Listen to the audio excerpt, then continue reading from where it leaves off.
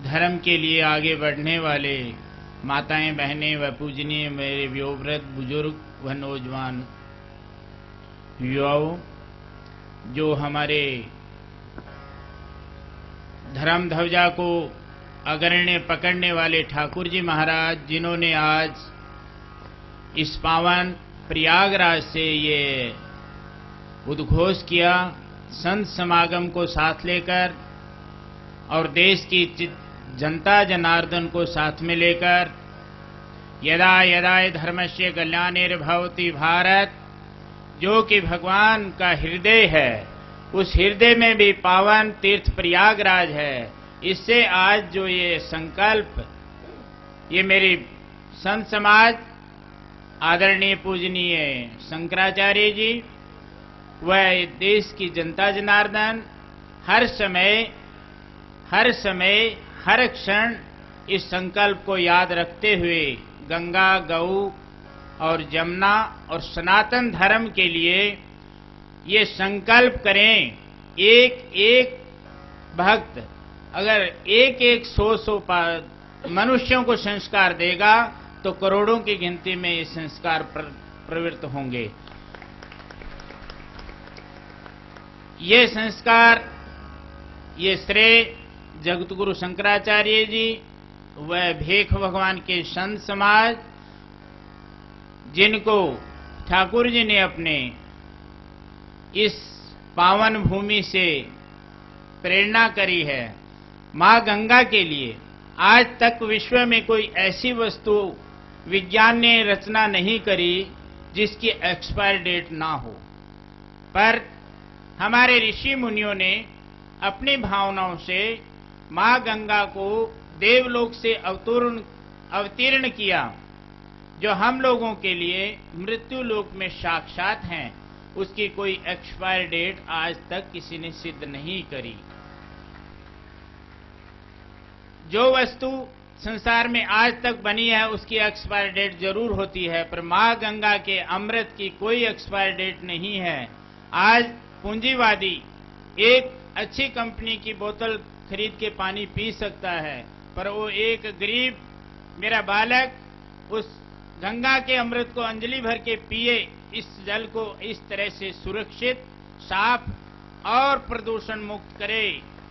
ये संकल्प हमारी सरकार, हमारे देशवासी ही नहीं, पूरा विश्व भी अगर इसको सहयोग दे तो मैं उनसे भी संकल्पित करता हूं, संकल्प की प्रेरणा करता हूं, इस मां के उस अमृत को, जो कि एक गरीब आदमी अंजलि जहां से भी गंगोत्री से लेके गंगा सागर तक अपने हाथ में ले तो अमृत रूप उसको तृप्त करे, अमृत की तरह उसको शांत बना दे।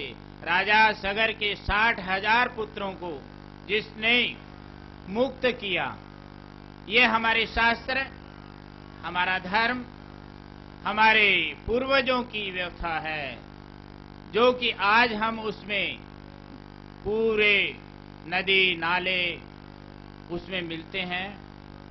ये किसी एक व्यक्ति का संकल्प नहीं है, ये साक्षात ठाकुर जी ने इस मंच से संकल्प हम सब लोगों को करवाया।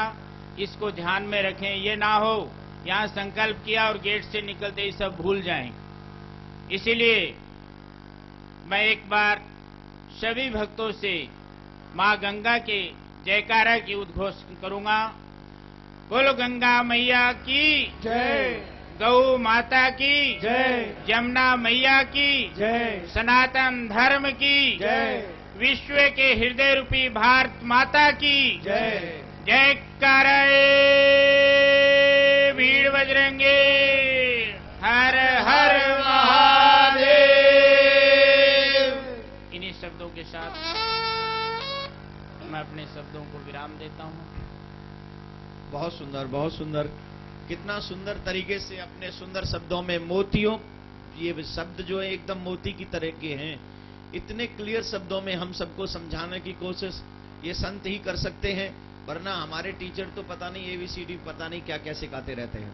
तो आइए, हमारे इनसे पूर्व हमारे श्री राकेश नाथ जी महाराज ने एक शब्द कहा था कि कोई बहुत बड़ी पार्टी के अध्यक्ष कहते हैं कि हम गऊ को माता नहीं मानते। अरे साहब, इस समाज में, इस देश में ऐसे नालायक कितने बच्चे हैं जो अपने माँ बाप को ही माँ बाप नहीं मानते, तो उनका हम क्या करें? कितने लोग हैं, मैं किसी एक की पर्सनल बात नहीं कर रहा हूं। कई लोग कह देते हैं मैं अपने माँ बाप को माँ बाप नहीं मानता, मैं तुम्हें बाप नहीं मानता, मैं तुम्हें माने, तो क्या वो अपने बिना माँ बाप के हैं?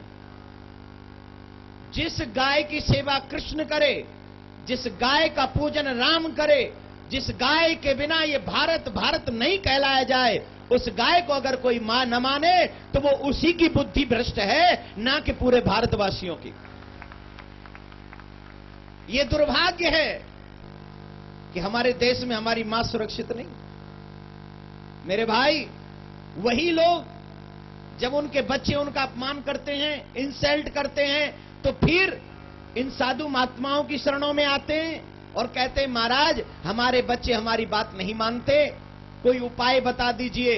उनको सीधा सा उपाय है, गौ माता के गोबर से अपने आंगन में चौका लगा और अपनी मां को मां कहे, तो तेरे बच्चे भी तेरे को बाप कहेंगे, मां कहेंगे। गौ सिर्फ हिंदुओं की मां नहीं है, एक समझने वाली बात है।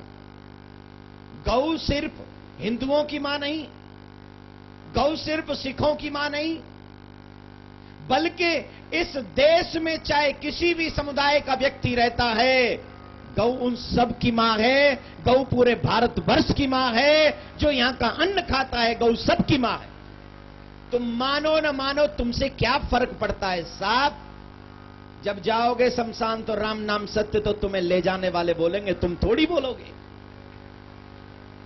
तो मैं चाहूंगा कि इस गौ रक्षा के लिए भी हम अपने इस संवाद में बोलते रहेंगे और जन जागरूक करेंगे, लोगों को जागरूक करें। यकीन मानिए मेरे भाई बहन, जितने भी लोग यहां बैठे हैं, गौ हत्या जिस तरीके से होती है आप देख नहीं सकते। और इतने लोगों के होते हुए अगर एक गाय की हत्या हो, एक मां की हत्या हो, जिस मां में 33 करोड़ देवी देवता बसते हैं, जिस गंगा की रक्षा की बात हो रही है, हमारे संतों के मुख से मैंने सुना है वो गंगा गौ के मूत्र में बसती है, ऐसी गौ माता का अगर रक्षा हम नहीं कर सके तो हमारे लिए दुर्भाग्य की बात है। गंगा भी सुरक्षित हो, गाय भी सुरक्षित हो और कृष्ण की प्यारी जमुना भी सुरक्षित हो, तभी ये भारत सुरक्षित होगा। मैं आचार्य से निवेदन करूंगा आगे का कार्यक्रम प्रारंभ। बहुत ही सारगर्भित उद्बोधन परम पूज्य स्वामी जी का, और उसके बाद पूज्य देवकीनंदन जी ने जो बात कही मैं सहमत हूं। और मैं यहां जगत गुरु शंकराचार्य द्वय की उपस्थिति में एक और प्रस्ताव रखना चाहता हूं, जहां पहली बात हमने कही, क्योंकि देखो एक व्यक्ति ने, पत्रकार ने मुझसे कहा कि महाराज इतनी धर्म की कथाएं हो रही हैं, लेकिन धर्म उतना दिखाई नहीं दे रहा है। ये बड़ी गंभीर बात मैं करने के लिए आपका ध्यान आकर्षित करना चाहूंगा कि धर्म की कथाएं बहुत हो रही हैं, धर्म उतना दिखाई नहीं दे रहा है। मैंने कहा भाई मुझे ऐसा लगता है कि कहीं धर्म की कथा करने वालों का मन में खोट है या कहीं सुनने वालों के मन में खोट है। लेकिन ये प्रयाग की धरती पर मुझे आकर ऐसा लगता है कि यहां कथावाचक भी निर्मल है और श्रोता भी निर्मल मन है। और तुलसीदास जी कहते हैं कि निर्मल मन जन सो मोहि पावा। भगवान को क्या अच्छा लगता है? निर्मल मन जन सो मोहि पावा, मोहि कपट छल छिद्र न बाबा। कि मुझे छोटे विचार तेरा मेरा वो सब नहीं भाता है। निर्मल मन जन सो मोहि पावा, जिसका हृदय निर्मल होता है वो मुझे पाता है। तो एक प्रस्ताव, एक निवेदन संतों की उपस्थिति में, और ऐसे पावन हृदयों के जो स्वामी आप सब लोग यहां बैठे हैं, मैं धन्य हो गया। और मैं तो संतों की उपस्थिति में आपको वंदन करना चाहता हूं, आपसे अपना अभिनंदन नहीं कराना चाहता हूं, आपको वंदन करना चाहता हूं। और धन्य है वो मां जिसने देवकीनंदन ठाकुर जैसे सुपुत्र को जन्म दिया। और मैं अक्सर कहा करता हूं कि हे माताओं, हे देवियों, कि जननी जने तो भक्त जन या दाता या सूर। जननी जने तो भक्त जन या दाता या सूर, नहीं तो जननी बांझ रहे क्यों खोती अपना दूर। होती है। आज वो समय आ गया। हम कभी संप्रदाय के नाम पर बट रहे हैं, कभी जाति के नाम पर बट रहे हैं, कभी भाषा के नाम पर बट रहे हैं, कभी गरीब अमीर के नाम पर बट रहे हैं। आपको आज एक बात इस पवित्र मंच से कहना चाहता हूं कि हमारे धर्म, हमारी संस्कृति, हमारे अस्तित्व, हमारी अस्मिता को मिटाने के लिए 800 साल मुसलमान बादशाहों ने निरंतर प्रयास किया, इस मुल्क पर राज किया। 800 साल, 8 महीने नहीं, 8 हफ्ते नहीं, 8 साल नहीं, 800 साल लगातार प्रयास किया गया कि इस संस्कृति को मिटाया जाए। और 200 साल अंग्रेजों ने यही कोशिश की कि भारत की संस्कृति और इस हिंदुत्व को मिटाया जाए। लेकिन 800 साल में मुस्लिम बादशाह और 200 साल में अंग्रेज मिलकर के जितना इस धर्म और इस संस्कृति, भारत की मर्यादा का नाश न कर पाए, आजादी के बाद इस देश के